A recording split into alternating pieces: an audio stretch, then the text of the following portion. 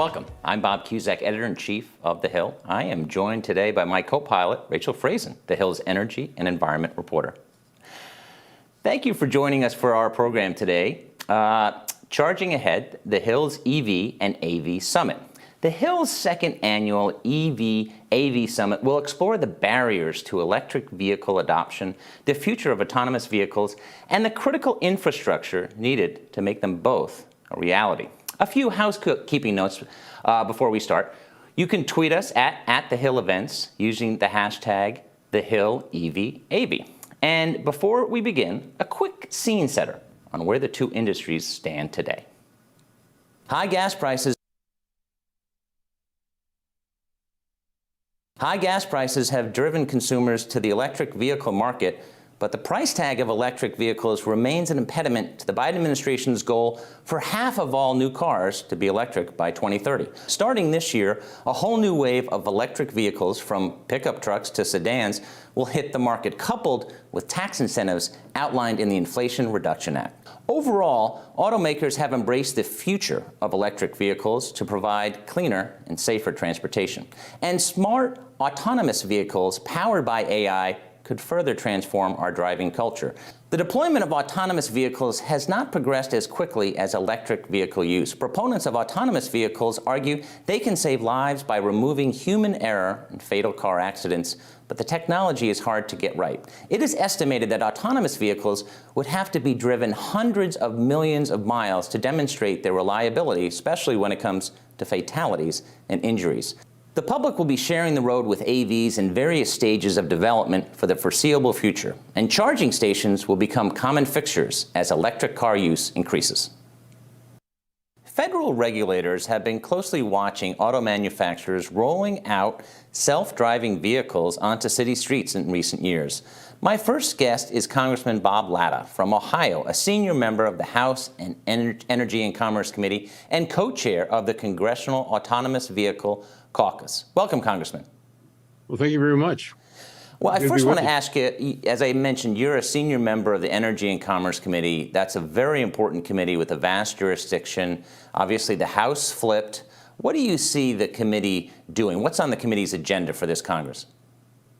Well, first and foremost, I am very fortunate to be on Energy and Commerce. And one of the things I've always told folks, especially in our committee, is that when you sit up on that dais, especially with all the technology that we're talking about, we're looking over the horizon 5 to 10 years. Because again, we've got to make sure we get it right. Because when I've talked to the innovators, the entrepreneurs, the companies across this country, that they are much farther ahead than we are right now, especially when you're thinking about what the statute ought to be. So that's why it's so important that when we have these hearings, when we have our meetings, that we listen to the people out there that are out there who are innovating to get us to that next, over that next horizon. Speaking on autonomous vehicles, why is it important to have a national framework on them? Well, it's important because we can't really have 50 states in the District of Columbia coming up with their own. Because just think of it this way: you have an AV that's you're driving down an autonomous vehicle that you're driving down the road in, and you're getting close. And I'm from Ohio. You're getting close to the Michigan line, and the car says, you have 5 minutes before, or this car is going to pull itself off the side of the road and shut itself off because it can't cross the state line. So we've got to make sure that there's a preemption out there, that the federal government has the standards out there, because again, this is across this entire country, and we want to make sure that these vehicles, are going across. And the other problem is, how could a company out there or anybody else innovate with the idea that, okay, how am I going to come up with a standard that if I've got to meet 50, or in the District of Columbia, it just won't work. So we want to make sure that we get this done. We got to get it done right. Because again, when we look around the world, other countries are out there right now testing in this country. Right? China's testing out in California right now. So we want to make sure that we do it and get it done right in the United States. As far as internationally compared to other countries, are we a little bit behind or a lot behind? That's a good question, because I ask that all the time. Because again, we want the United States to be the leader in autonomous vehicles. Why do we want to have that? Well, first of all, a lot of people don't realize that when if you watch a football game or a basketball game on a Saturday or Sunday afternoon, and you watch some of the commercials, you'll see vehicles right now already at a level 2. Because if you think about the braking, the staying within the lines, all these things are so important. And it's important also because what we want to make sure we have happen here. Number one, we've seen traffic deaths going up, not down in this country, and that we already know that 94% of all the accidents that occur are driver error. So we want to make sure that we get it done in this country. But again, we want the American people to understand that, wait a minute, this technology was developed here. You don't have to worry because, I've heard people say, I don't want my car to go flying off a cliff if all of a sudden some government someplace else or somebody can hack into it. So that's why in our legislation that we passed out of the Energy and Commerce Committee in the 115th, that's two Congresses back already, that we get it right again. And again, we want to make sure that, there's the privacy, there's the cybersecurity, all these things that we have built into it right now that we have worked on, that we got out of the House of Representatives. Unfortunately, it's stalled over in the Senate. That we just have to make sure that we've got it because again, we can do so much with this technology, not just on the life-saving side, but just think of during COVID, for all the people that were shut in that might not have had transportation, they would have had that transportation from our seniors to people that might have a disability to be able to get from one point to another. Are you hopeful? I know you've co-sponsored the Self-Drive Act. Are you hopeful that the new majority will be passing legislation on this topic, at least through the House, and then obviously you don't control the Senate? Well, in the Energy and Commerce Committee, it's one of our top goals that we want to make sure is, and we have a lot of them out there when you think about energy and healthcare and telecommunications and on the self-drive side. But again, this is technology that we've got to get done. And, when back in the 115th Congress, we had over 300 staff meetings on this legislation alone. And I can't tell you how many meetings I had in Washington and back in Ohio and across the country to work on this legislation. But it's absolutely essential that we get it done and get it done in this Congress. And, I look forward to working with our friends over in the Senate once again. But this technology has to get out there because, again, it's from the life-saving to all the other things there's great potential for it out there. And we want to, as I said, it's got to be developed here in the United States. In helping, how do you see it helping elderly or people who can't get around? It really could be a benefit for those people who can't just get into an Uber. Well, to give you an example, my mom, who's passed away now, but my mother had a very severe eye problem her entire life. And so she depended on my dad, my sister, and me to make sure she could get to the store and any place else she had to go. And if you think about our seniors out there, all of a sudden, instead of being shut in, they had that opportunity to get around and still stay mobile. In the 115th, my vice chair of the committee, his son had a disability that if he wasn't home or if his wife wasn't home, his son couldn't get to work. So this is why it's important that we have this technology out there, and you see it's being developed. And one of the things I know that, thinking back over 4 years ago, I asked everybody that was working on this legislation on the AV side, are you where you thought you'd be 5 years ago and you look back and where you are today? And everybody said the exact same thing. No, we're much farther ahead than we ever thought we'd be. So, this technology is moving forward, and this is why we need to get it done. That plays into my next question. I know, no one has a perfect crystal ball, but where do you see AVs and EVs in 10, 20 years? Well, on the electric vehicle side, first of all, on the autonomous vehicle side, I think that's happening because we're seeing it being built in the vehicles right now. On the electric vehicle side, I think there's multiple things. The first question I'm always asked, what do you think about EVs? And I say this: I think the American consumer should pick what they want to drive. And the worst thing that could ever happen out there is for the federal government to come up with the winners and the losers. And if the federal government gets involved in this, I'll guarantee we're going to have a problem with picking those winners and losers. So this is really up to the market and making sure that the American people get what they want to have out there, what they want to drive. As you know, there are skeptics of AVs, including some in the legal community as well as union officials. What do you think they need to realize, and what's the role of stakeholders in getting this country where it needs to be on this technology? I think that there's always going to be skeptics out there, but I think the first thing is that you prove it. And when I've seen the technology change in the last 5 to 6 years, it's absolutely unbelievable. And when you watch you watch the commercials on TV and you see what these vehicles are capable of doing, the American people see it, that's there. Sometimes people say, oh, it's going to put people out of work because, you're going to have vehicles that can get some from point A to point B. Well, again, I think you're going to see, again, we're talking about from a level 1 to a level 5. A level 5 is when you get out there and you don't even have a steering wheel or brake or anything, and you're just truly a passenger in that vehicle. But I think that, there's going to be plenty of work for everybody to do, because I think that, what we're going to see is it's going to produce more jobs out there than we have today, because there's going to be all kinds of different things associated with it. You have started an AV caucus with Congresswoman Debbie Dingell, a Democrat from Michigan. I just wanted to get your sense of why was that started, what's on your agenda, and can there be a lot of bipartisanship on this issue? Well, Debbie and I are good friends, and of course, we're right across the line from one another. And she being from Michigan, and I'm from Ohio, we're both from very large automobile states, and we want to see that technology developed in the United States. But we both understand that where we can have it developed is even in our own backyards. When I think about what's happening in Ohio on autonomous vehicles, especially with what they call the TRC, which is northwest of Columbus, which is the Transportation Research Center, probably one of the highest developed sites of its kind in the country. And what they're doing over in Michigan, I know, is up there one of the sites that they were going to have online in the very distant near future. So there's a good working relationship, because and again, AVs, in my opinion, it's not a Republican, it's not a Democrat, or it's not an independent issue. It comes right down again to safety and keeping the United States in the forefront. What do you tell, whether it's constituents or other people?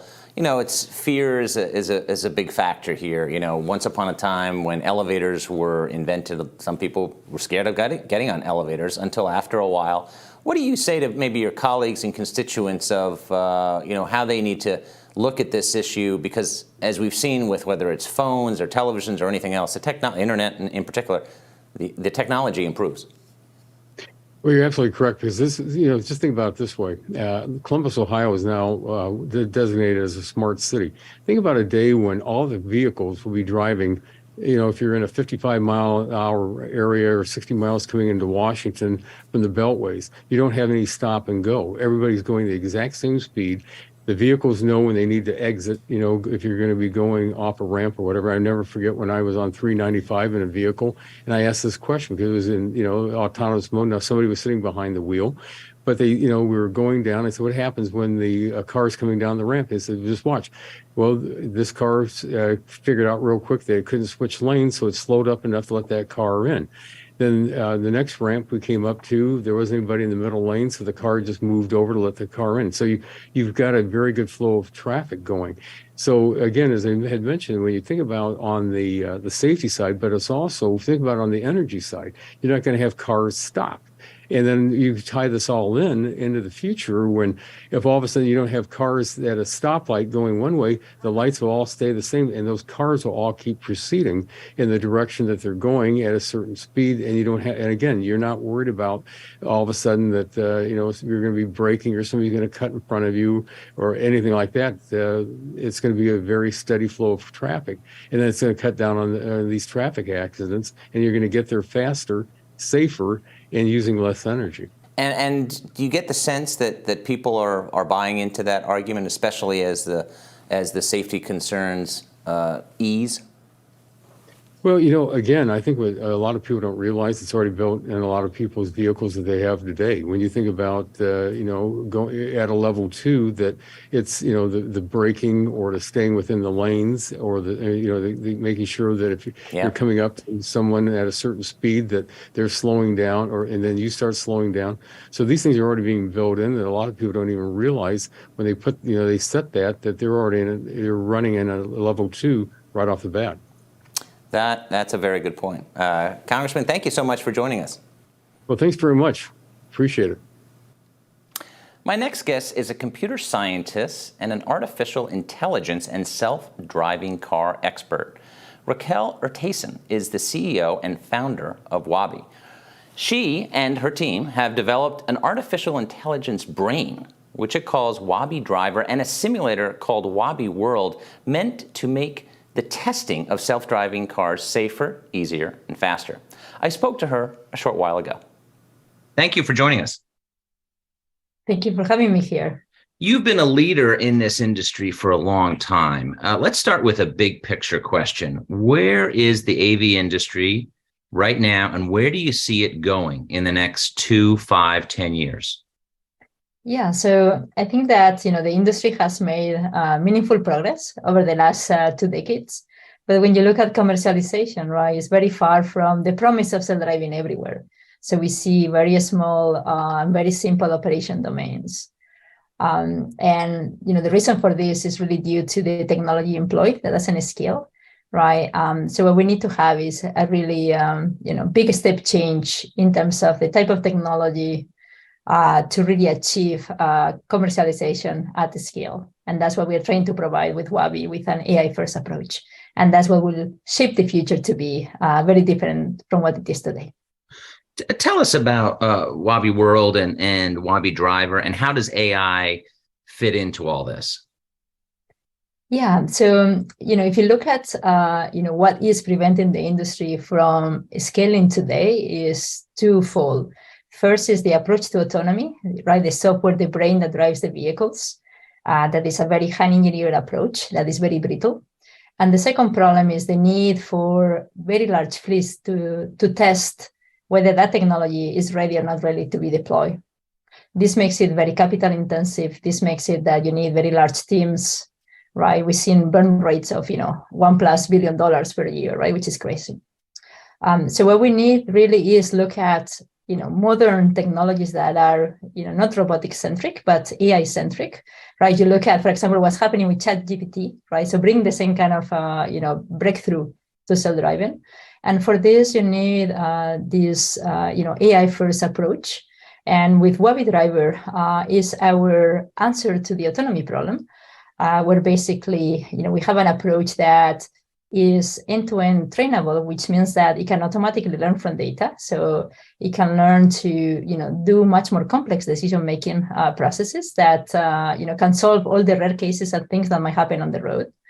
At the same time as we need a way to train the system and test the system at the scale. That's where the simulator comes, right? This revolutionary generative AI technology that we develop, where you can really mimic the entire world in the way that you can test, everything in simulation, so that your fleet that you need is only for validation and verification. That's a huge breakthrough in this industry. So with Waabi World, as well as which is the simulator, as well as Waabi Driver, our revolutionary, I would say, autonomy system, we are really bringing what is that next generation of technology to market, so that you can really build something that you can commercialize at the scale. And that's the biggest step change that you need. Well, when you're talking about new technology in any field, there's always going to be some fear. What do you tell about people? Because obviously people are concerned about the safety ramifications. How do you allay not only people, but politicians who make the laws? Mm-hmm. Yeah. So very, very important to, that in order to be able to both develop and deploy technology is the education of the public. As an academic, this is something that I actually care a lot about. Mm-hmm. Transparency, right, in everything that we do, so that people understand what our technology is, what can do and what can't do. Now, as it relates to safety, I think the thing that is actually very exciting is that our approach is actually clearly differentiated from a safety perspective, meaning that because we can do, most of our development on the simulator, we actually reduce tremendously the risk of developing this technology, right? So you can do it on the cloud. You can actually test the system, with safety critical situations, with accidents, etc. Something that you can't do in the real world. So by the time the system actually touches the ground for the first time, it's actually super performant. And that's a very differentiated approach in terms of, development of this technology compared to what you see in the industry today, where it has been a test first. Let's go on the road. Let's see whether the system performs versus not. So from that perspective, safety is really imprinted into everything that we do. And with our, AI first approach, it's also, generalizes better to all these situations. So it's actually safer. Now, in terms of, you mentioned the regulators, right? So one of the things that I'm very excited potentially to do in the future is that, our cutting edge simulator could actually potentially be used to test every single autonomy system, every single company, to see whether they are ready to go, to deploy without a driver on the road. So potentially it could be the tool that the regulators could use to really understand the performance of every single autonomous system. So from that perspective, I think, potentially we can enhance, regulators, because right now, they don't have necessarily all the tools to understand, who has technology that is safe versus not safe. A lot of people, including me, until I did some research and our staff sent me some research on this, you think about this in the context of self-driving cars, but you're working on self-driving trucks. That's pretty significant. Is the technology different? Are the challenges different? And when will we have self-driving trucks? Yeah, great question. So, the reason why we are doing trucking is really twofold. First is that, trucking is at the backbone of the economy, and we have a very disruptive supply chain that is really preventing us from doing, as a country, I would say, from doing many, many things, right? And if you look at, what is the solution to the disruption of the supply chain, it's not going to be more human drivers, because the chronic shortage is just increasing significantly, particularly after the pandemic. So we need automation. And that's very, very clear to everybody. It's the only way to actually get to really realize and be able to move all the goods that we need across country. At the same time, if you look at from the perspective of technology, driving is mostly driving on highways, which are more structured, simpler than driving in our cities, where there is different level of complexity, I will say. So these two things make trucking a very clear first application for Waabi. However, the technology that we are building is technology that can be applied to robotaxis, last mile delivery, etc. But right now we are very, very focused on bring a product to market. This product is going to save many, many lives as well, right? So be able to deploy that, and then we can expand to other different applications afterwards. And as you know, driving trucks is a very dangerous occupation, but obviously there's some concern about what's the effect on the workforce and jobs. What do you say to those concerns? Yeah. So we are not trying to displace jobs. We are trying to enhance them, right? There is a lack of, there is many, I would say, jobs that cannot be fulfilled with humans. So we need an alternative way to be able to provide, those trucks, say, to fleets and shippers, right? So that they can actually, go around their business. And if you look at, some of the conditions that humans have within these jobs, right? If you are a long haul trucker, if you have to go, half your, half of your journey, say half of the year on the road, it's very hard to have a family. Sometimes the conditions are not great. They don't even have access to showers, right? So sometimes it's below what you will want any human to actually have, right? So that's the kind of job that we are trying to automate, right? Without really removing jobs from any humans, right? It's more about how can we add additional capacity to the network so that, we don't have supply chain issues. And then, later on, we will, things will evolve naturally. But we are not, every person that is a truck driver, we want them to retire as a truck driver. Where are we internationally? Obviously, the United States focuses on the United States and progress here. Where are other countries with this technology? Are we behind? And are there any countries that, it's kind of out of left field, but I would imagine some countries could see this as a possible military issue where they would need self-driving. I mean, we're not there yet, obviously, but where are we kind of on the international front? Yeah. So I would say that the United States is definitely at the forefront of self-driving in general and trucking in particular. I will say that, you have, multinational companies like Waabi that has, US and Canadian presence. I think there is, a lot of activities in China.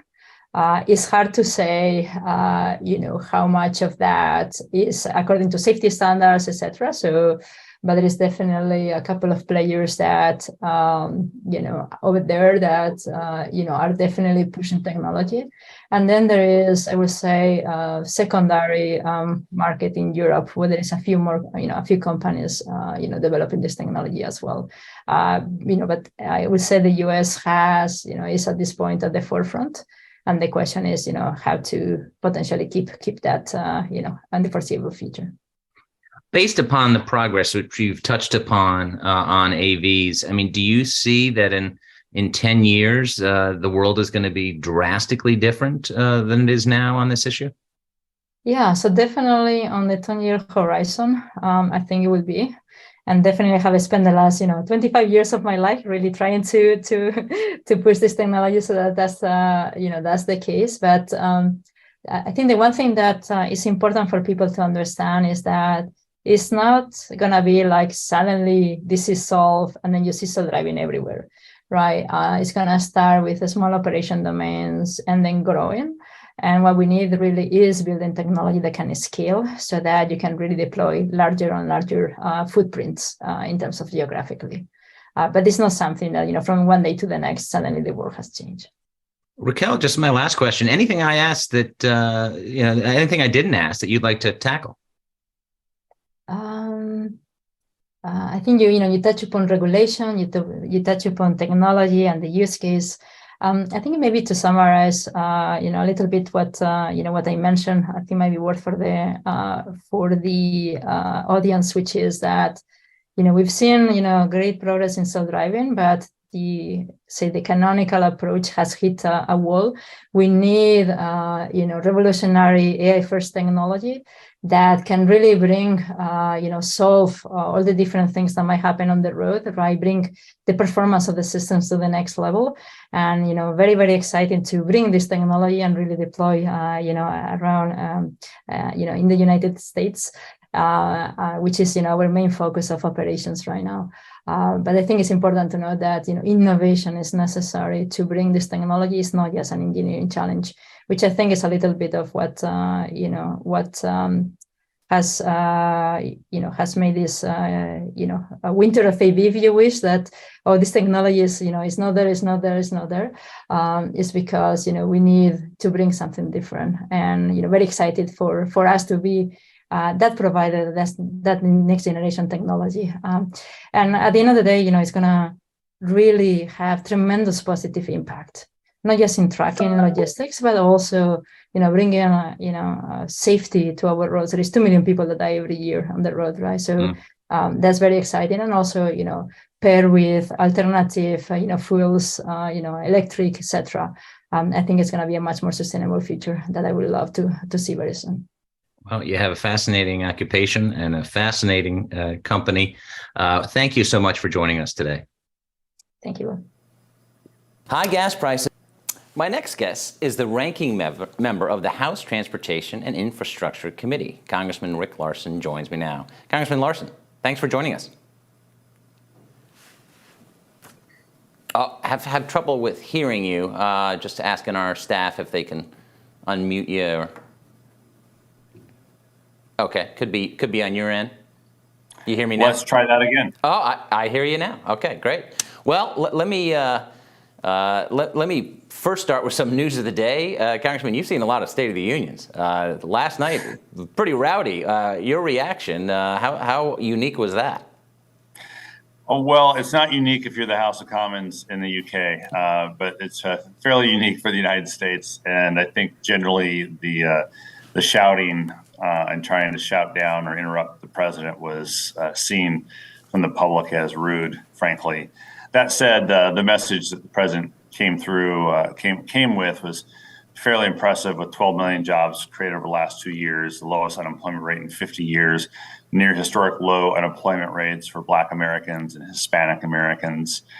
Inflation is still too high, but it's clearly coming down. Gas prices still too high, but clearly coming down.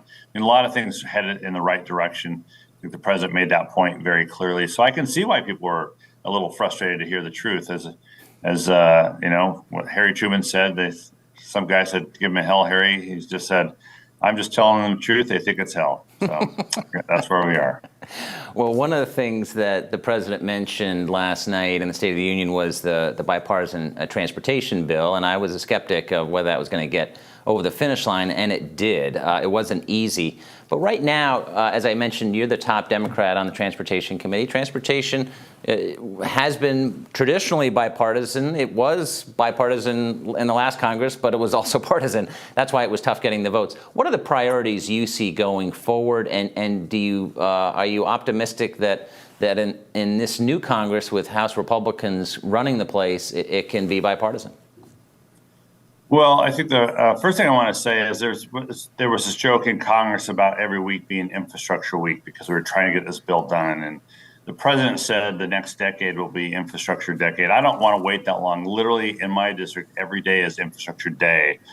We are putting the bill to work. We're putting the law to work, creating jobs in roads and bridges, highways, and investing in low and no emission transit as well. Then there's all the other side of this on the broadband investment side. So there's a lot of good things going on with the bill and its implementation, which goes to your question, like how do you keep bipartisanship going?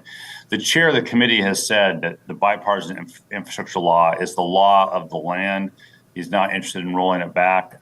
That said, I do expect some oversight on some key issues that the majority will want to look at, but I welcome that because I think we have a good story to tell on the investments that are being made on building an infrastructure system, a transportation system that's safer, that's cleaner, that's greener, and more accessible to everyone. And so I think we can welcome oversight because there's a good story to tell. As far as the role of electric vehicles, where are we now, and where are we going to be, you think, in 5 years or so, and what has to happen in that interim, because the Biden administration does have this ambitious goal of getting to half of new cars being EVs by 2030. That's actually not that far off. It's not that far off, and look at the numbers in Washington State, in my home state. In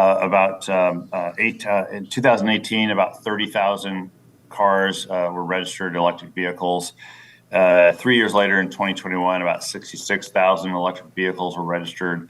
And beginning of this year, about 110,000 cars are registered as electric vehicles. So those numbers are increasing.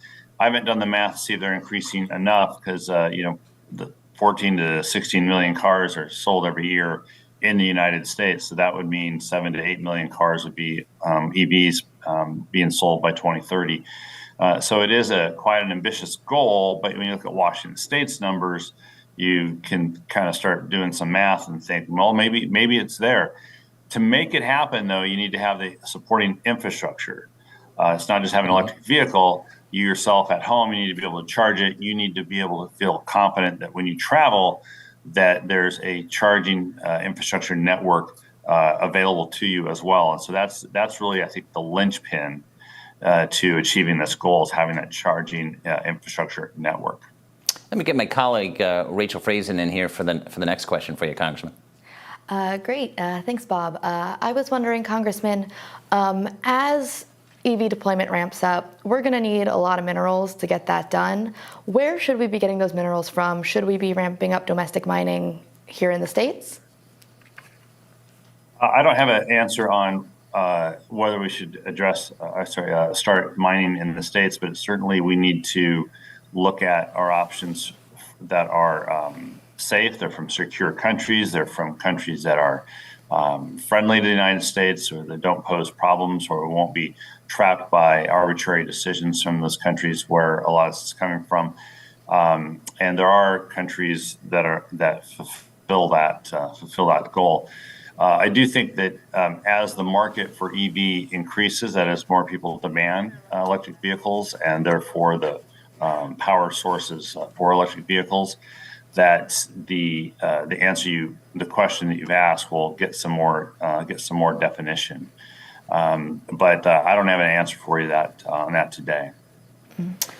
Congressman, as far as I want to talk about kind of the price and affordability of EVs. They're still expensive. How does that factor in? How do you make them affordable? I know over time things go down in price, but also this is an equity issue. You know, we want to have EVs available to all. How do policymakers make that happen? Yeah, I think the role of tax incentives that are in the Inflation Reduction Act are very important to help make EVs affordable for more people. So maintaining those tax incentives, not rolling back those tax incentives as some have said they want to do, I think is important in order to achieve this. And remember that equity takes many forms. I have found that when I ran for ranking member, equity takes many forms. And the equity of living in communities that have historically been, targets of polluters is important. So investing in low and no emission transit is going to be critical as part of the equity issue. Investing in cleaner ports, so communities around our ports are not subject to diesel emitting bunker fuel from ships that are idling, but rather you invest in the charging infrastructure at our ports so that ships that are idling can plug into electricity instead of burning fuel. And then obviously access to electric vehicles is part of that. But again, I would argue only part of that. And I think the challenge is to ensure that the market grows enough so that there are, much like we have in the carbon fuel industry for vehicles, that there are choices at a lot of price levels. But we're not there yet. But I didn't expect that we would be there in February 2023 by now.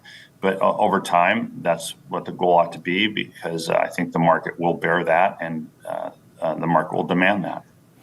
As far as implementation, the congressional media press, that they focus on legislation and then it passes. But what are you looking for with the implementation of the IRA and the infrastructure bill? It's going to take years to do some of this stuff. But what are you watching in the next year or two that are key, because it doesn't get the attention it deserves, but implementation is very important. You're absolutely right. Yeah, we passed the legislation, and then some members of Congress, their hands are they're done, they're good, they're ready to go. Some of the press treats it that way as well. But the interesting thing about both the Inflation Reduction Act and the bipartisan infrastructure law are they're multi-year bills, and the implementation is just as important as the act of passing it. And that's why I say every day is Infrastructure Day in my district, because there are opportunities to implement the bipartisan infrastructure law every day. Washington State has received money to begin electrifying its ferry service. We have the single largest ferry system in the country for a state based on vehicles traveled and people traveled. And so electrifying that ferry fleet is an important part of cleaning up the diesel emissions of the State Department of Transportation. So that's happening. But we're also low and no emission investment in buses and transit that is taking place. We have traditional everyday transportation being done. Washington State's getting $620 million for bridge repair and bridge replacement and bridge rehabilitation money over the next 5 years. And so we have bridge rehabilitation projects that will be taking place. All this over 5 years. And frankly, I want to be at every single ribbon cutting. And I encourage every member of Congress, whether or not they voted for the bill, because I know some people who didn't vote for the bill who will still be at the ribbon cuttings, but out there saying, this is happening because we took a major step to pass the bipartisan infrastructure law to invest in this country, which makes us more competitive relative to other countries, including China. It invests in a long-term economic growth of the United States. The same goes for the provisions of the Inflation Reduction Act, which again, just starting to get implemented. Tax credits will just start to be available this year.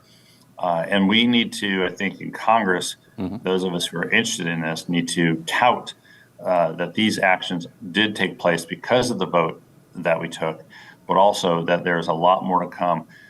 I say the bipartisan infrastructure law is not a set it and forget it law. We have 4 more years of implementation, $480 billion in the jurisdiction of the Transportation Committee alone much less another $400 billion plus of implementation in other committees along, when you look at broadband, you look at drinking water improvements and so on. So there's a lot of work left to do, and the members of Congress should be out in their districts touting these investments, talking about these investments, and directly connecting the passage of this law to the job creation that will be taking place in their districts. Yep, a lot of work to be done. Congressman, thanks for joining us today. Yeah, thank you very much. Appreciate it. ChargePoint is the world's largest EV charging network with 145 million charges delivered. As EV markets grow, access to public charging will need to expand as well. In fact, President Biden just mentioned this in last night's State of the Union address. We're going to build 500,000 electric vehicle charging stations installed across the country by tens of thousands of IBEW workers. Today, most EV charging takes place at residences and workplaces. Consumers will increasingly expect the same services, simplicity, and autonomy for EVs as they do for conventional vehicles.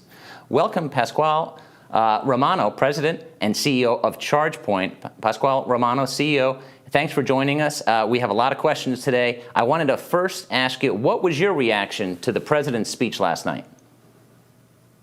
Well, I mean, I think it's wonderful progress that we've made with respect to the general economy in general, and I agree with Senator Larson. I think there's a lot of political noise around something like a State of the Union address, but in fact, we're making quite a bit of progress. And with respect to infrastructure, it was very heartening to see the president actually mention our industry in particular, because I think it's as excuse me, Congressman Larson said, incredibly important to the whole picture of electrifying transportation, not only for the climate. There's obviously very important things that that we need to do for future generations to correct a lot of the issues that we've generated over the last 100 years. But one of the things that I often say is we're actually affecting the cost of living with this in a positive direction. Done well, electrifying transportation drops the cost of living because the cost of transportation is built into everything that we consume. And so I think there's a lot of knock-on effects that are not part of the dialogue right now that are incredibly positive. There are skeptics out there saying it's too expensive and EVs, they have trouble in the cold. And I just want to get your take on all the skeptics out there, especially with broad goals of expanding the use of EVs, and consumer demand seems to be quite strong. Well, change is hard for the establishment. There's a lot of people with entrenched interests in the way we've always done things. And historically, change is difficult, for folks attached to those industries. But as you see with the progress in electric vehicle technology and the popularity, frankly, if you were to go out and try to buy an EV right now, while things are a little bit better than they were during the pandemic, there's still a waiting list. It's not like they're piling up on lots and consumers aren't buying them. So they're quite popular. You're seeing ads on NFC and AFC championship games for electric vehicles. When it hits the mainstream and the public is actually out buying those vehicles, they can't be that hard to drive or that hard to own. And we're at a point now where we're less than or right about 2% penetrated into the install base of cars. We like to talk about the new car sales rate. What I actually look at is how far into the installed base are we? And we're not that far into the install base, and the technology is already applicable to what most Americans, if not global citizens, need for their daily transportation needs. What do you want to see policymakers do, whether it's at the federal or state level, in the next few years? So I think what we need to figure out on the policy side, you're expecting me to, by the way, comment on my own industry. I actually think we've got a couple of artifacts of how we've regulated and regulated energy. We've done that at the state level. There's lots of kind of regulatory kind of precedent for that being the bastion of the state. The problem is transportation is a nationwide problem, and cars are mobile. They move between utility jurisdictions, states, et cetera. It's very challenging to have a comprehensive energy policy in the United States and a comprehensive electrification policy if we can't get some homogeneity across states. It's not one size fits all. I think there is some room for locality. But most importantly, what we have to think about here is how at the federal level we drive the right incentives for states to really look at policies that are working across states or in different jurisdictions and try to drive some uniformity. We have an audience question. I want to go Jennifer Smith, a member of Oxbow Solar LLC. Her question is progress happening fast enough on charger reliability? Oh, it's a great question. I mean, we're on charger. I can only speak for ChargePoint. I can't speak for other companies out there. And I'll remind the audience, because it's usually a not well-known fact, that we don't actually own the chargers out there. People buy those chargers and they pay us to keep it on the ChargePoint network. And what we also offer our customers is our Assure program, where we can take over the ongoing maintenance and support of those chargers on behalf of our customers. So I believe that there's all of the right elements here for an incredibly reliable system, and where I think the industry in general is getting some criticism right now is in the early days of chargers. There were a lot of experiments with different business models, lots of grants and incentives that put in some early chargers without enough thought about how they would be paid, the ongoing maintenance would be paid for. And we're seeing some of the effects of that now. What we're working actively towards is how we increase, because it is a mobile app enabled technology, how we increase the visibility to drivers of what the ratings are of chargers, meaning are they well maintained, how other drivers see them, let other drivers leave comments about them. We're stepping up our efforts with respect to business model and how we engage with our business customers that are providing charging to their customers and their employees, so they are more likely to engage in the right level of maintenance and support agreements with us. So it's all moving in the right direction. We're proud of our current reliability, and we're only going to make it better. When you talk about EVs, certainly I, as not an expert, always think of new cars. And we've talked about the Biden administration's goal of EVs and new cars. But what about the used car market? Can you tell us a little bit about that?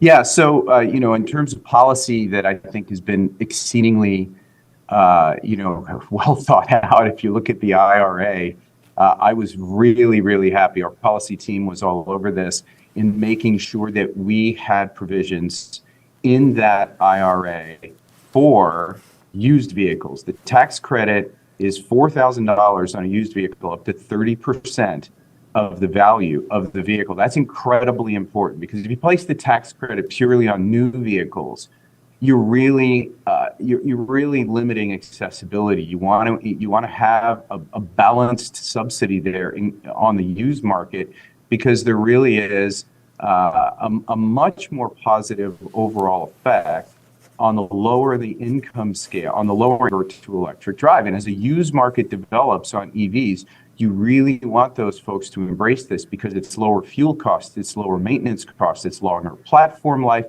and it affects local air quality. So it has a disproportionate effect. So we really, really applaud the policy there on the used vehicles and hope there's more of it. Do you see any difference, and this factors into one of the questions that was sent in by an audience member. Can you explain the difference between rural and urban? Is one behind the other? Well, I mean, I think you always wind up having a density issue with rural with technologies. I'll draw your attention to broadband. When I was in the broadband industry for 12 and a half years before I joined TwoWire. I joined ChargePoint 12 years ago. I was with a company called TwoWire in the broadband space. And we saw that equity problem early with rural areas because you don't have a density of subscribers. You have a similar analogous situation in rural areas with respect to infrastructure, et cetera. Those folks they drive longer distances. They're going to be more dependent on metro area fast charge that connects metro areas. And what we also applaud from a policy perspective is the infrastructure bill has specific provisions in it, specific forethought to make sure that the rural corridors get electrified early as part of that program, because we don't want to see this developed in purely wealthy urban pockets, right? So I actually think the question is very well founded, and I think there's some good policy out there that's moving that in the right direction. Pasquale Romano, thank you so much for joining us today. Thank you very much. And now I am happy to welcome a panel of experts from across the industry. Jennifer Safavian is president and CEO of Autos Drive America. Autos Drive America represents a number of foreign car makers with factories in the US. Jeff Farah is the executive director of the Autonomous Vehicle Industry Association. Stephanie Brinley is the associate director of research and analysis at S&P Global Mobility. Welcome, everyone. Thank you. I want to start off with Jennifer. I'm just wondering, what challenges do you see facing the electric vehicle rollout in the coming years? Sure. Thank you so much for having me join you today. And, this is obviously very important. I can tell you, I can speak on behalf of my members, the international automakers with operations here in the U.S., that they are working very hard to produce numerous different models and vehicle choices for consumers in the clean vehicle realm of options. And the Inflation Reduction Act, was passed with, I think, the intention of trying to get more of that done here in the U.S. and get more of those vehicles on the road. And I would say that I think, a lot of the concerns we have are with kind of how the law was drafted and kind of the implementation of it. There are a lot of requirements in order for a vehicle to be eligible to receive a $7,500 tax credit. And I think it's just, making sure that everybody understands what those requirements are, especially consumers. I can tell you from the manufacturer's perspective, they are still trying to understand what all of those requirements are. We're still waiting for the Treasury Department to put out guidance on all the different restrictions. And so for consumers, who we're all hoping will purchase these vehicles and get more of these vehicles on the road, it's very confusing for them because the restrictions change depending on the time of the year, depending on exactly what we're talking about. And so there's a lot of confusion, and trying to figure out how best to explain that to consumers so they can get the vehicle that they need, that their families need, and that they might need for their business. And once those restrictions surrounding battery component manufacturing and battery minerals go into effect, will your members have any vehicles that qualify for the consumer tax credit? That's an excellent question. I will tell you, I think, today there are over 70 different clean vehicle models available out there. And, I think right now, the beginning of this year, we have certain restrictions like MSRP requirements on the vehicle. You've got individual purchasers, determining what their income level is. Those are some additional restrictions that went into effect at the beginning of the year to determine whether or not a vehicle or the individual purchasing the vehicle can receive the credit. And I would say, so from about 70 possible options that are out there right now, there are about maybe 25 that potentially can receive the credit right now. We are still waiting for the Treasury Department to put guidance out on the critical minerals and the battery components pieces of this, and that's supposed to come out sometime next month in March. And so once that information comes out, so we exactly know, what countries those critical minerals can come from, and what constitutes a battery component, then we'll be able to determine which vehicles qualify once we have all that guidance out. I fully suspect that the number of 25 that are eligible right now today may not be all eligible come next month once the guidance comes out. And then some of them may be eligible for half of the credit, maybe $3,750 or maybe none of the credit. So it's really important that this guidance comes out and that it's very clear from the Treasury Department so that manufacturers understand what is necessary for vehicles to qualify. And of course, again, for consumers to understand what vehicles qualify for the credits. Got it. Jeff, I wanted to turn to you now. How far are we from, widespread commercial adoption of autonomous vehicles? Is that something that we could see in the near future, and why or why not? I think for many years the question was, when are autonomous vehicles going to be here? And our industry is very proud to say they are here right now. If you look in the ride-hailing space, you can go to places like Phoenix, Arizona, San Francisco, other places around the country. You can ride in these passenger vehicles now. I think you had an earlier guest on who's a founder of a company called Waabi that's in the AV trucking space. There is autonomous trucking that is happening now in places around the country. You certainly see a lot of commercial partnerships that are being inked and companies that are coming online that are moving goods all around the country. You see shuttles that are run autonomously. These are taking place in places like residential parks in Florida, universities in Michigan. You see unmanned delivery pods that are delivering things like groceries and pizza and fast food autonomously. And so this is all rolling out quite quickly. It's something where the industry has made very steady progress from a technological perspective for a number of years. And so now we're beginning to see a lot of the safety, mobility, supply chain, and environmental benefits that AVs have been promising for a long time. So the future is very exciting. And what is that future? Where is it going, and what is next for autonomous vehicles? We're in a situation where for about a dozen years or so, AV companies have been testing on American roads. There has been billions of dollars that has been deployed into a lot of these vehicles. And so you have a diverse set of use cases now that are solving a lot of challenges that we have.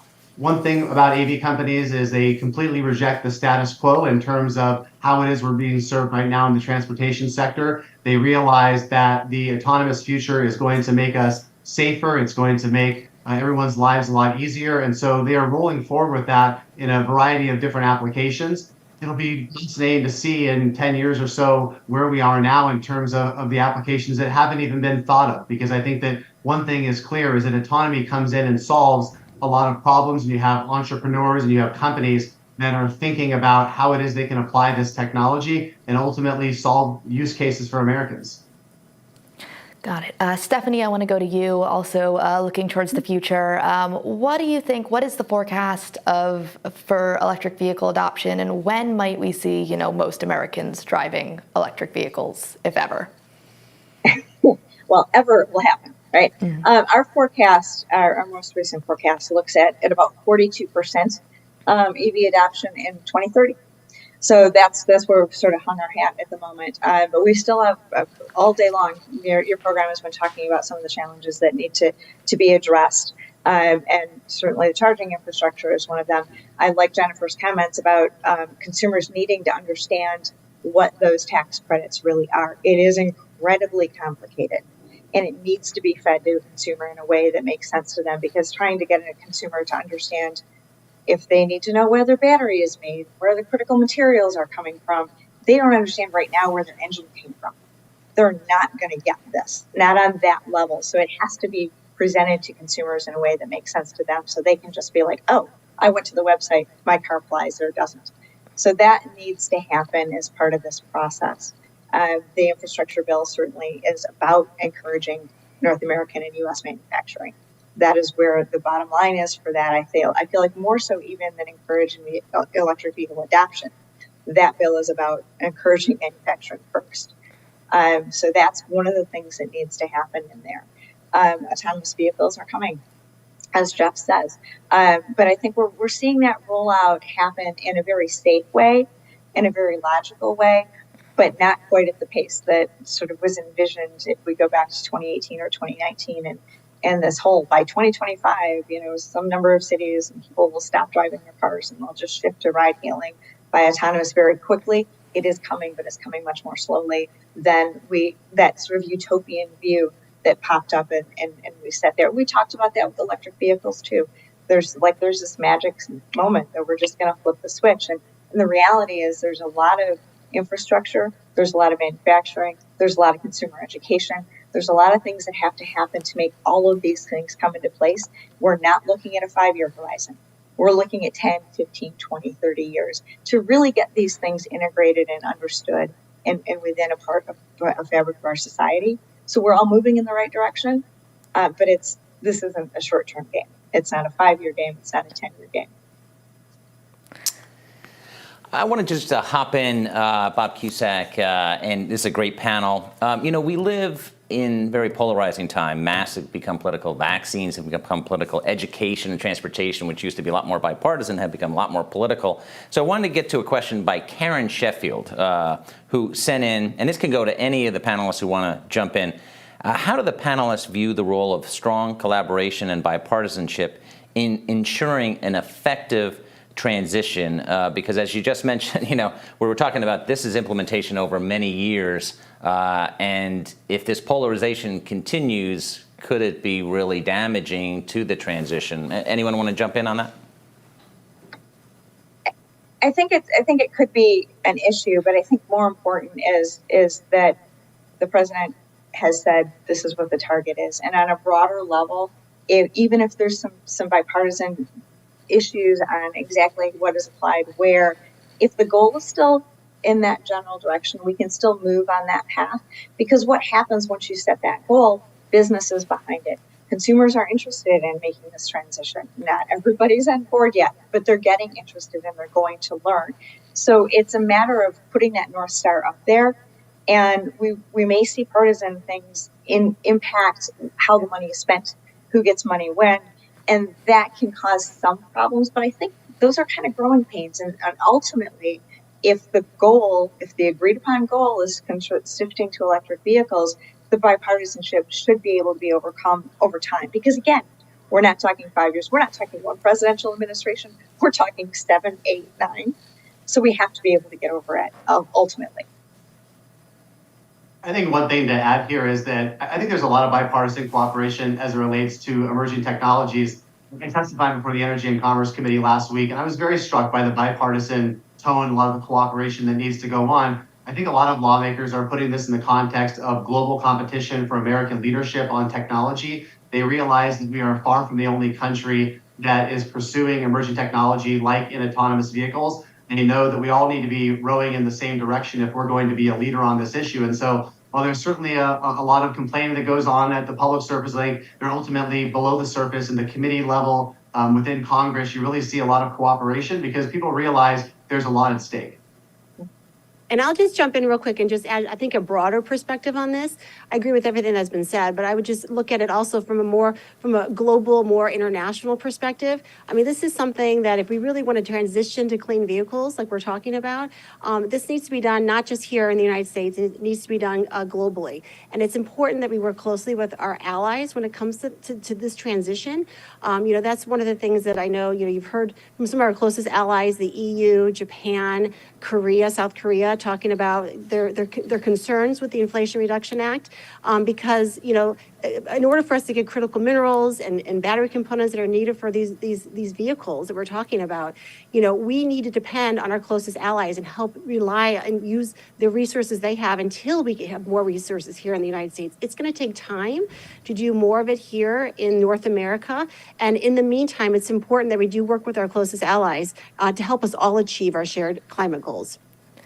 And how soon could that be? How far away are most electric vehicles from meeting those requirements in the IRA? And when, again, if ever, might most electric vehicles qualify for those tax credits?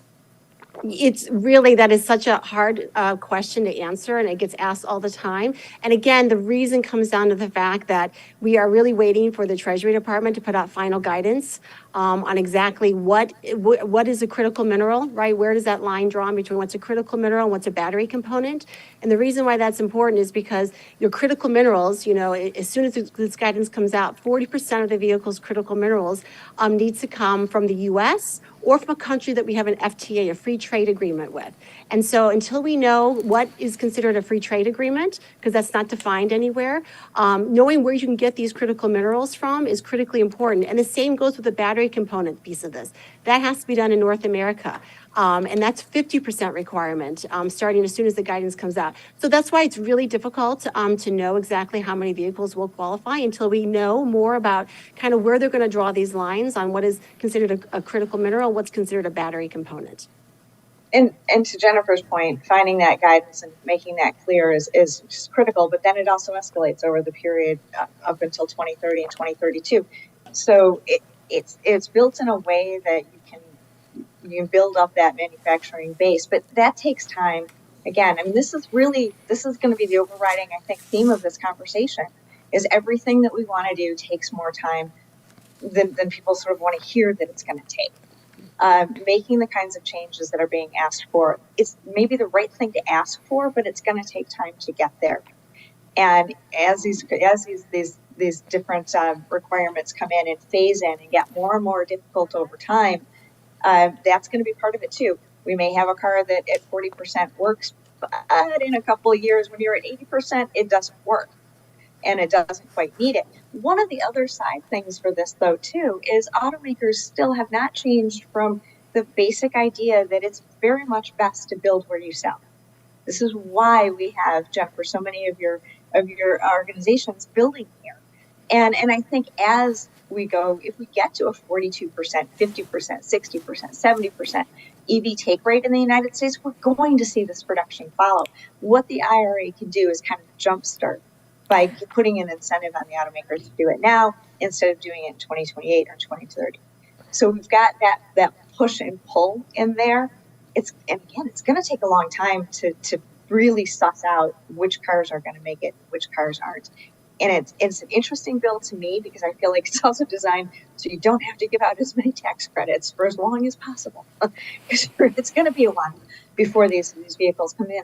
And I think, too, one of the things that's going to make a bigger, almost more important to me than incentives per se is the fact that we have so many vehicles coming in so many price points and so much choice.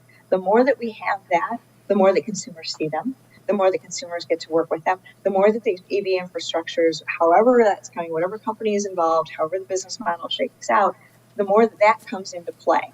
And all of this comes together to move things much more rapidly. So in some respects, I think the other things ultimately are more important even than incentives for a consumer. Having that choice. And we already have electric vehicles that you can get for $30,000. It's maybe not the right size at the moment. So, we got more coming in that space. So I think that those things are going to drive the acceptance of electric vehicles at a consumer level even more than incentive is. An incentive is how you kind of get there. But the consumer desire for that is going to come from it being the vehicle that they want in their driveway. Mm-hmm. And so with all of that in mind, do you think the IRA is going to help electric vehicle deployment or no? Because like you guys said, it might be tough to meet some of these requirements. Is it actually going to be a hindrance? I don't think it'll be a hindrance. I think it will help. But I don't think that it's a jumpstart. I don't think that it flips things on a dime again. It still takes time. It doesn't necessarily take away the fact that it takes time to start up a lithium mine. You can't legislate that out of existence. So it does help. I don't think it hinders the process at all, but it isn't also at the same time super easy to work through. Mm-hmm. And on the autonomous side, are we most looking next at applications, in the commercial space for things like you mentioned, like food deliveries and that kind of thing, or are we looking more at consumer purchases?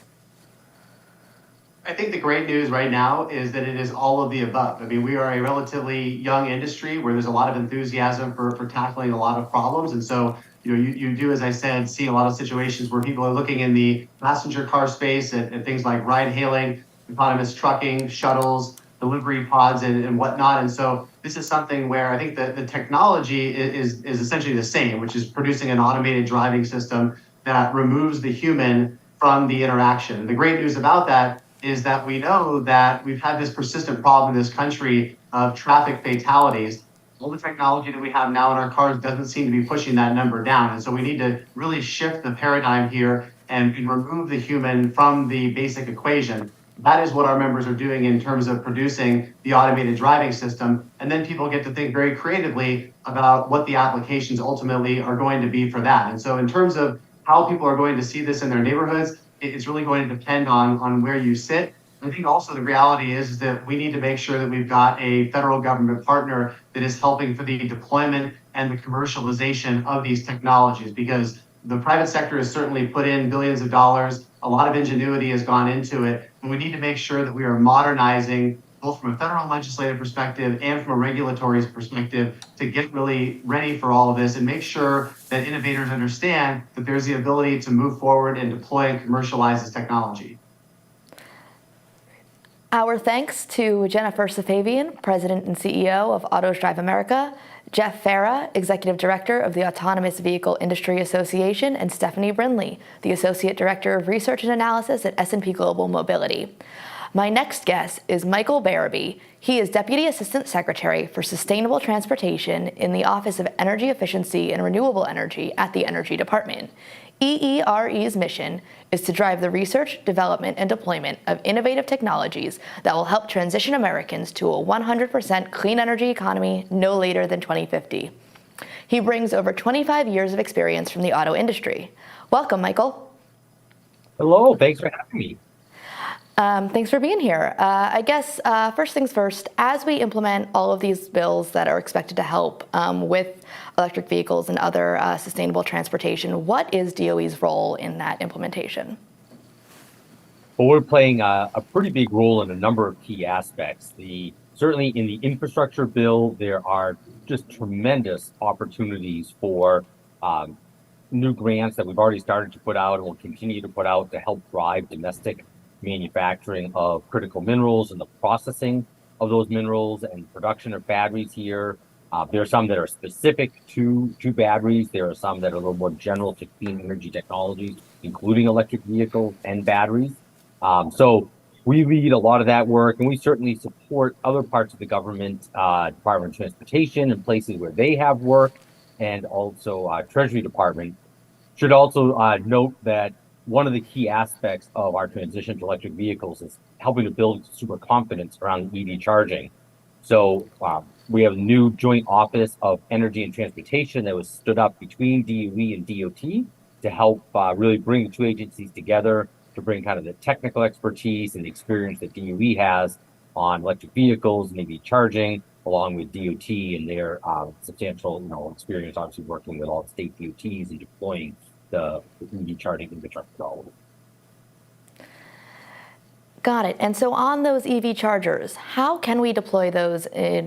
How do you do that in a way that's most effective? What is the most effective strategy for that? And how do we make sure that that is both effective and equitable? Yeah, well, those are the two key things, right? Effective, I would maybe add resilient and equitable. Look, I think one of the first things that we need to do is we need to give people confidence, which means we need to have enough coverage that someone is comfortable driving on long distance trips. And we know long distance trips represent a relatively small amount of trips people take, but you need to do it when you need to do it. So building out a national network, right? Coast to coast. So think your interstates, your major US highways. So that is I think mission number one, but that's not sufficient alone. We then need to be building up capacity. So if that's covered, we then need to build capacity where people are living and working. So think about charging in and around communities where most of the driving activity actually happens, and also supporting people with home charging. We still think that 80 to 85% of all the electrons, if you will, that people use for their fuel in electric vehicles will come from when they charge their vehicle at home or where they park their car overnight. There are some people that don't have electricity where they currently park their car. Maybe they do curbside, maybe they live in an apartment building. So helping support that, helping to reduce costs, helping to reduce bureaucracy, providing better templates for local communities will be a key part. Building out community-based charging. There's a substantial portion, $2.5 billion in discretionary grants that DOT has at the joint office. We're working with them on, and then building out the corridors where there's $5 billion from the infrastructure law. So a lot of work to be done, but I think we've got a lot of the key ingredients there. And so of the charging infrastructure that's needed, if there's going to be widespread deployment, how much is covered by that $7.5 billion and how much more investment is needed? And if there is more, should that come from the private sector? Should that come from Congress or a little bit of both? We've always said that the federal funds will not be the total fund, right? The goal of the federal money is to not necessarily build out the entire, fueling network needed, and certainly not to supplant private sector investments, but it's really to help support, to catalyze, provide a jumpstart. And you mentioned equitable. Part of the role of the federal fund is to help fill the needs early on where maybe private sector dollars won't go, where utilization rates might be low initially, and to help fill that in. So it's definitely a combination of public and private sector together. You're seeing tremendous investments by the private sector already. We have close to 150,000 charging ports already. Some of that was catalyzed 10 plus years ago with the Recovery Act and funds that DOE spent then, but there's certainly been a ton of private sector investment since then. So you're going to continue to see big investments by the private sector, but the public sector, the investments we're making will be important, but also the proposed standards that we put out to kind of standardize what a EV charger with federal dollars should look like, how it should operate. That also helps provide some certainty for industry as they're putting chargers out there. I just want to jump here. Bob Cusack, Michael, thanks for joining us. I have a reader question that I think is interesting. You talked about communities before. This is from Sarah Malayer, hopefully I'm saying that right, Senior Advisor, Public Policy and Research, American Federation for the Blind. And this is the question. EVs will lead the way to AVs. What is happening now to ensure EVs, charging infrastructure, and AVs are accessible to all people with disabilities? Look, I think, as you mentioned, automated vehicles, one of the promises, if you will, right? One of the hopes is that they can provide a new avenue of mobility for people that currently don't have it, including the blind and others, elderly and other things. So I think electrification, as you said, we believe ultimately help with automated vehicles. We don't necessarily think all automated vehicles have to be electrified, but just having that will be important. And then I think it'll just be important that any federal dollars spent, certainly, that we address accessibility issues and take that into account. Working with stakeholder groups, which is certainly what we and the Department of Transportation has tremendous experience here, right? In working with disabled groups and understanding the range of different accessibility needs. So I'm sure they will continue to do that. Just on, you have to educate the public. That's a big part of your job. What kind of frustrates you the most, Michael, as far as kind of educating people, because there are a lot of misperceptions out there? I spent a lot of years, as I think Rachel mentioned at the beginning, in the automotive industry, and I have learned that first, the consumer is always right. Number two, the consumer only knows what they know. So today, it doesn't necessarily frustrate me, but partly I try to help educate people. Consumers have never experienced EVs, right? They have a lot of uncertainty about that. That was true with safety technology that they hadn't experienced, but once they did, it was game changing for them. And I think that will be the exact same thing for electric vehicles. So the fact that, 250 miles of range is a lot of range. The fact that you don't have to go to a gas station to plug in. You can just plug in at home and it takes about 30 seconds to plug in, another 20 to unplug, and you're done. And that can be actually really freeing and liberating. So I think just getting people's experience there, they will love the experience of driving the vehicles as well. I think the other thing that is just this unknown that we've got to educate consumers more on is the tremendous cost savings, right? And I get it, consumers see today the upfront cost is higher, but that upfront cost is going to go down. It has come down a lot, which is why you see so many automakers coming out with models that will continue to drop substantially. And then the savings, just looking up last week, I think at a national average, it costs about $47 to fill up a typical internal combustion engine vehicle. And that was closer to $17 if you were going the same distance from an electric vehicle charging at home, and about $24, $25 at a higher price fast charger. So that plus, $6,000 in maintenance and repair savings over the life of the vehicle. So those are pretty real things. But we just got to get that word out there, and people just got to start experiencing it more. And I hear you on the cost savings at the pump, but I imagine a lot of consumers might struggle with the initial sticker price nonetheless. With that in mind, how close are we, or when might we reach cost parity, on the initial price between gas-powered vehicles and electric vehicles? And is there anything the federal government can be doing or should be doing to help speed that along? Well, there is a lot we are doing and can and should be doing. So here at DOE in particular, we have been leading the work really not just in the U.S. but globally on battery development for decades. And pretty much all the batteries you see in your laptops, your phones, that core technology in electric vehicles started with DOE work. So we are continuing to develop new chemistries that don't rely on these critical minerals, which will help us get a more secure supply chain, but also lower cost. Our best crystal ball, and it is crystal ball when you're doing R&D, but we think that around 2028, 2029, that is when our cost target for batteries will result in that electric vehicle and internal combustion engine vehicle being pretty much at parity. That will depend a little bit on what range and how much batteries you put in, but that's we generally are targeting 300 type miles of range or EV, which is what most people seem to want. And there'll certainly be some that have longer range than that as well.